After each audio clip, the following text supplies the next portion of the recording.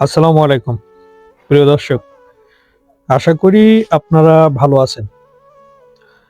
দীর্ঘ নাটকীয়তা চলমান রয়েছে নবম পে স্কেল নিয়ে। প্রথমে পে কমিশন গঠন নবম পে স্কেল দেওয়ার জন্য, এবং এটার জন্য বিভিন্ন সময় বিভিন্ন জন কথা বলে, তবে এই বিষয়ে কথা বলছেন মাত্র তিনজন ব্যক্তি। আপনারা দেখবেন ঘুরে ফিরে এই তিনজন ব্যক্তি কথা বলছেন। এক নম্বরে কথা বলছেন অর্থ উপদেষ্টা ডক্টর সালেউদ্দিন আহমেদ। দুই নম্বরে কথা বলছেন বাংলাদেশ ব্যাংকের governor doctor Ahsan H Mansur. তিন নম্বরে কথা বলছেন ফাউজুল করিম খান, জ্বালানি উপদেষ্টা। এই তিনজন ব্যক্তি বিভিন্ন সময়ে বিভিন্ন রকম কথা বলছেন, তবে এখানে দুইজন ব্যক্তি একেবারে পে স্কেল দেওয়ার ব্যাপারে অপোজিট সাইড, অর্থাৎ না দেওয়ার পক্ষে তারা শতভাগ সমর্থন। আর দেওয়া 50% আর না দেওয়া 50%, এই দোলাচলে আছে অর্থ উপদেষ্টা ডক্টর সালেউদ্দিন আহমেদ। কখনো বলছেন দেওয়া হবে, কখনো বলছেন আংশিক দেওয়া হবে, কখনো বলছেন দেওয়া হবে না, কখনো বলছেন এই সরকার, কখনো বলছেন ওই সরকার। মানে একটা দোলাচালের ভিতরে আছে, পরিস্থিতি বুঝে উনি কথা বলছেন বা আশ্বস্ত করছেন মাঠের বাস্তবতা বুঝে। তবে মাঠ এবং ভিতর বাহির সব দিক থেকে তারা বিশ্লেষণ করে বিবেচনা করে ডক্টর ফাউজুল করিম এবং ডক্টর মোহাম্মদ ফাউজুল করিম এবং বাংলাদেশ ব্যাংকের governor Ahsan H Mansur doctor, এই দুজন ব্যক্তি একেবারে ন্যায়ের পক্ষে। এই দুইজন ব্যক্তি কোনো অবস্থাতেই পে স্কেল দেওয়া হবে এই বিষয়ে তারা এগ্রি না। এই সরকার ঘোষণা করুক, তারা মোটেও চায় না। আজ একটি গুরুত্বপূর্ণ ঘটনা ঘটেছে বাংলাদেশ ব্যাংকের কেন্দ্রীয় কার্যালয়ে, যখন doctor Ahsan H Mansur sir উনি সাংবাদিকদের সাথে কথা বলছিলেন মুদ্রানীতি ঘোষণাকালে। সেখানে উনি বলেন যে কর আদায় না বাড়িয়ে পে স্কেল যদি বাস্তবায়ন করা হয়, তাহলে সরকারের উপরে বা ব্যাংক খাতের উপরে ঋণের বোঝা আরো বাড়বে, যেটা মূল্যস্ফীতিকে আরো উস্কে দিবে।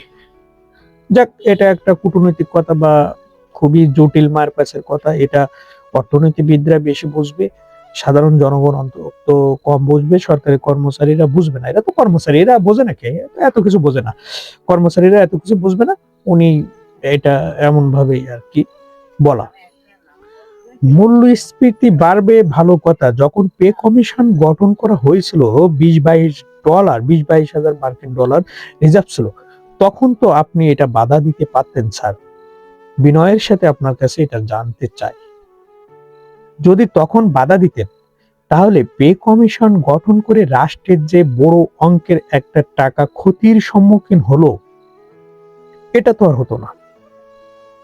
এখন আপনি যুক্তি দেখাবেন আমরা একটা চূড়ান্ত রিপোর্ট নিয়েছি বা একটা কমিশনের সুপারিশ নিয়েছি, এটা পরবর্তী সরকারের কাছে দিব এবং আমরা তাদেরকে বলে যাব তারা যাতে বাস্তবায়ন করে।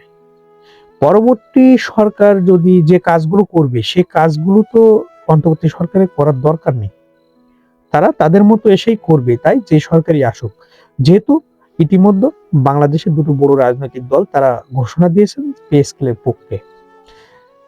Doctor Ahsan H Mansur sir, Bangladesh ব্যাংকের আপনি গভর্নর, আপনাকে আমি শ্রদ্ধার সাথে কিছু বিষয় জানতে চাই, জানতে চাই, সরকারি কর্মচারীরা জানতে চাই। সেটা হলো এই যে বাংলাদেশে 20 লক্ষ প্লাস বা যেটা 15 লক্ষ বলি সরকারি কর্মচারী, এখানে সরকারি, আধা সরকারি, স্বায়ত্তশাসিত বিভিন্ন মেলায় 20 লক্ষ প্লাস কর্মচারী, তারা যে একটা মানবতার জীবনযাপন করছে, এই সম্পর্কে কি আপনার কোনো ধারণা আছে? এই সম্পর্কে কি কোনো মানে অর্থনীতি কাজ করে, মূল্যনীতি কাজ করে আপনার?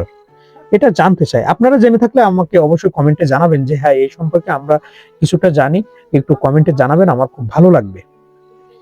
Doctor Ahsan H Mansur sir, মানে তার কথার সারমর্ম এটাই বোঝা যায় যে এই সরকার কোনো অবস্থাতে পে স্কেল ঘোষণা বা পে স্কেল বিষয়ে কথা বললে হবে না, এটা কর্মচারীদের বিষয়, এটাকে করা যাবে না, মানে এমন একটা বিষয়। তো ডক্টর আহসানিস মনসুর স্যার, আপনার মানে এই নীতিকে আমরা খুব একটা সাদরে যে কেউ গ্রহণ করবে এটা আমরা বিশ্বাস করি না।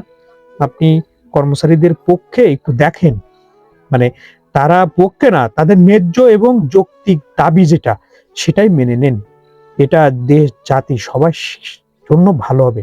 সরকারি কর্মচারীরা আপনাদেরকে আজীবন মনে রাখবে, না হলে নবম পে স্কেল কেলেঙ্কারিতে আপনার নামটাও জড়িয়ে যেতে পারে।